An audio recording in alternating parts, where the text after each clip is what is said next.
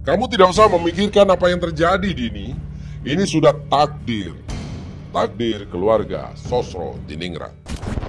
Selama perbincangan, kanvas lukisan kosong yang selalu menarik matanya itu perlahan-lahan seperti terisi oleh sebuah sketsa lukisan.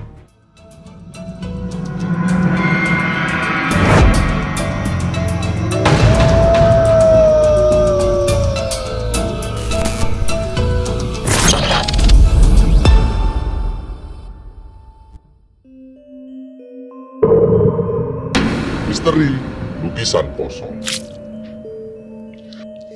Anda melihat lukisan aneh itu pertama kali masuk rumah Dini. Matanya seperti dituntun melihat lukisan kosong yang dipasang di pojok ruang keluarga Sosro Diningrat. Tempat memajang lukisan itu benar-benar di pojok ruang tamu, sehingga tidak siapapun yang akan menyadarinya jika tidak secara sengaja melihat ratusan lukisan satu persatu dari ruang atas sampai bawah. Atau seperti Andam yang matanya seperti tertarik magnet memperhatikan lukisan itu secara lebih dalam.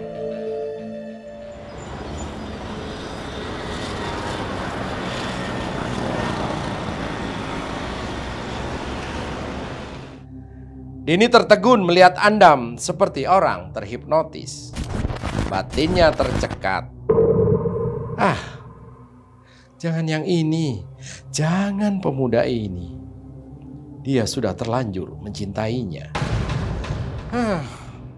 Mungkin lebih baik jika dia terus saja berpura-pura tanpa terjebak harus mencintainya. Sorot pemuda yang hampir linglung ini membuat Dini mulai menyanyikan saja kehilangan. Ayahnya keterlaluan. Seharusnya pemuda yang terpilih menjadi tumbal benar-benar yang dibenci oleh keluarga ini. Sampai Andam pulang dari rumahnya, Dini banyak berdiam diri. Gadis ini tak sanggup lagi menguasai hati. Dia harus berbicara dengan ayahnya.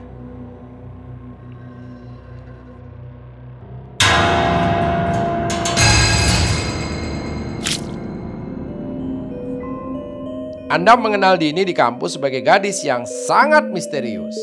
Cantik, kaya, pintar, tapi selalu menghindari laki-laki. Bahkan meski hanya untuk bertegur sapa sekalipun. Ini aneh. Gadis sekaliber Dini seharusnya mengejar tahta sebagai gadis terpopuler. Dia punya segalanya untuk menggapainya, tapi tidak dilakukannya.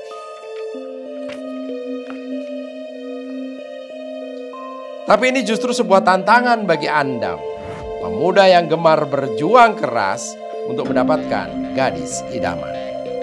Setelah itu bosan, mencari lagi yang bisa menantangnya, dapat, bosan lagi, cari lagi, begitu berkali-kali. Hanya sekali Andam pernah benar-benar jatuh hati, berjuang sekeras-kerasnya untuk mendapatkan cinta gadis itu. Anak seorang pembantu rumah tangga dari sebuah keluarga kaya. Itu saja yang Andam tahu. Gadis itu adik kelasnya waktu di SMA. Namanya Sinta. Begitu ayu dan lembut. Meski bulir-bulir duka di sudut matanya tetap kentara. Hampir di setiap hari. Perjuangannya berhasil. Gadis itu jatuh cinta kepadanya. Andam sama sekali tak pernah menyia-nyiakannya.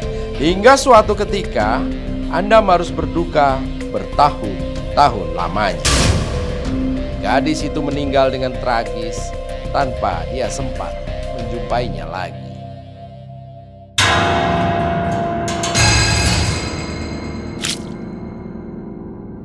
Waktu itu dia sudah kuliah di luar negeri. Andam hanya sempat mengunjungi makamnya di desa tempat gadis itu dilahirkan. Mendengar cerita memilukan bagaimana Sinta mengakhiri hidupnya membuat pedih dan rasa kehilangan yang terus-terusan. Membuat Andam tak betah lagi di luar negeri, memutuskan pulang dan melanjutkan kuliah di negeri sendiri. Saat dia menemukan tantangan di diri Dini.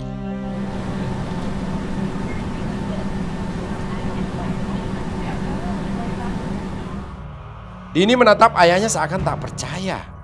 Kalimat demi kalimat yang baru saja mengalir dari mulut ayahnya masih juga membuatnya tak percaya.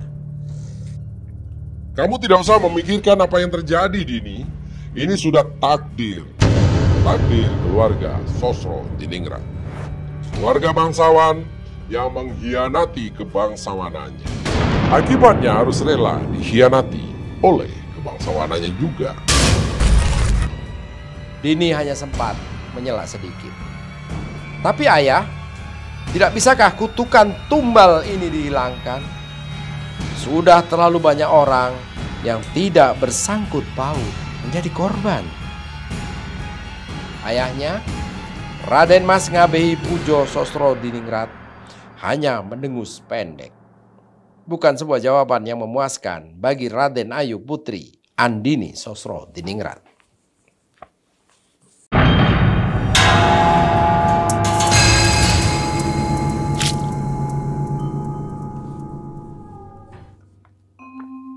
Andam, kamu diundang makan malam oleh keluargaku di rumah nanti malam. Apakah kamu bersedia? Dini berucap lirih tanpa menatap Andam yang berjalan menjajari langkahnya. Andam menghentikan langkah. Dini ikutan berhenti. Andam menatap Dini. Sebuah kejutan, ujar Andam dalam hati.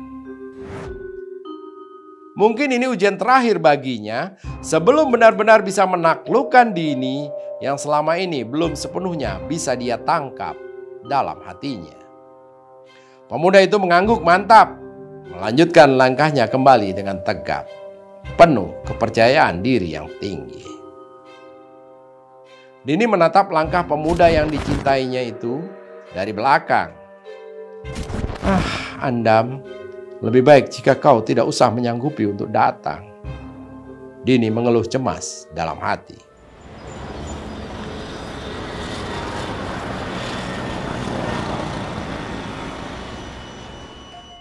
Malam itu, Andam benar-benar datang memenuhi janjinya. Berbaju surjan rapi, berbelangkon, dan sangat tampan. Dini menambahkan sebelum pulang kuliah tadi bahwa Andam diharapkan datang mengenakan pakaian khas Jawa. Dan itu ditepati oleh si pemuda. Keluarga Sosro Diningrat berkumpul lengkap.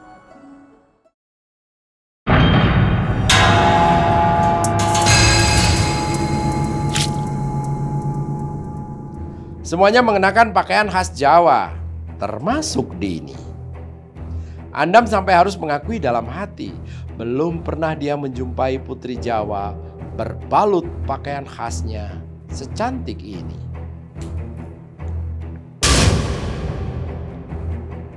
Suasana jamuan makan malam sangat hikmat. Andam harus mengikuti semua tata cara perjamuan Jawa yang sangat rumit menurutnya. Dia sendiri orang Jawa, namun orang tuanya tidak pernah mengajarkan bagaimana bertata cara sebagai orang Jawa pada saat makan bersama.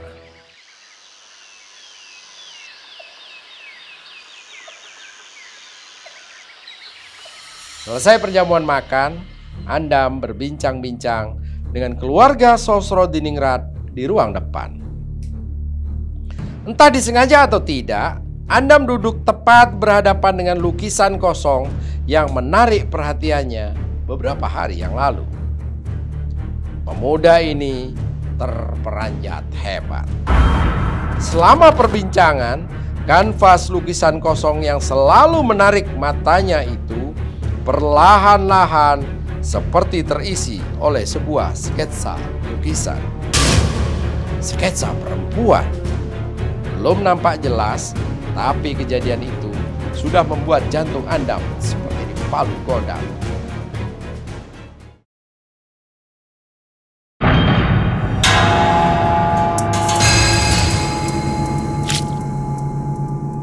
Serasa dia mengenal garis-garis tegas sketsa lukisan aneh itu. Sosok itu seperti telah dikenalnya bertahun-tahun yang lalu. Andam mengucek-ucek kedua matanya. Sketsa itu semakin tegas sekarang.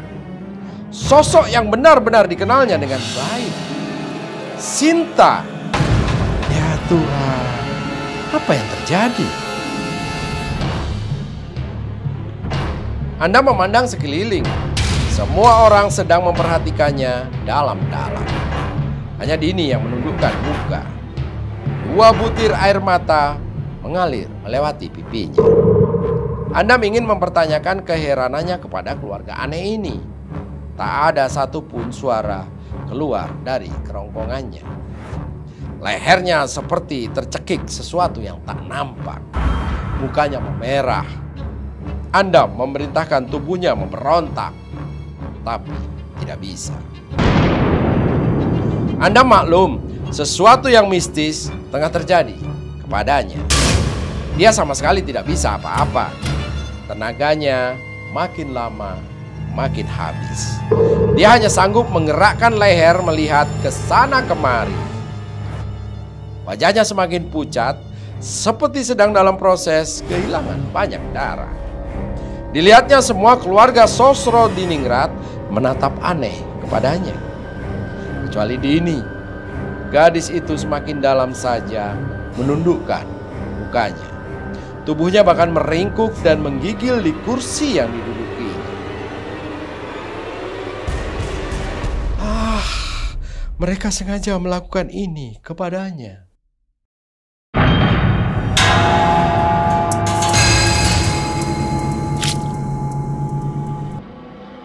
Anda ingin berteriak minta tolong, tetap tak ada suara. Hanya desis lirih kesakitan yang terdengar lemah.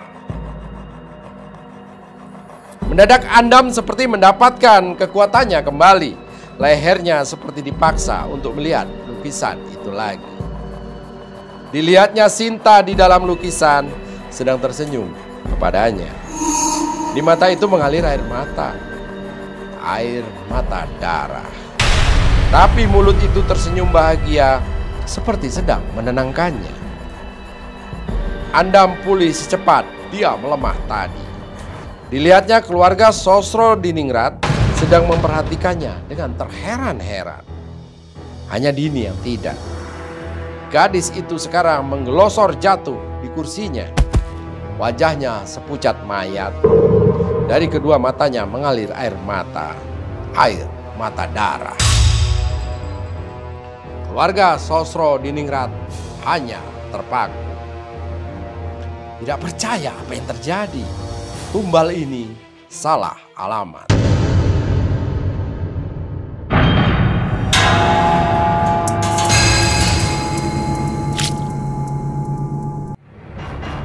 Andam sudah sanggup berdiri meski menggigil. Dilihatnya lagi lukisan itu. Sinta sekarang tersenyum penuh cinta menatapnya. Lalu sketsa sosoknya perlahan-lahan menghilang dengan cepat. Lukisan itu kembali kosong. Keluarga Sosrodiningrat panik. Mereka mengerubungi tubuh Dini yang lemas tak berdaya. Andam hanya terpaku di tempatnya. Matanya kembali dipaksa melihat lukisan kosong itu. Untuk melihat dengan tegas, ada sketsa sosok Dini tergambar di sana. Tersenyum pedih kepadanya dan juga kepada keluarganya.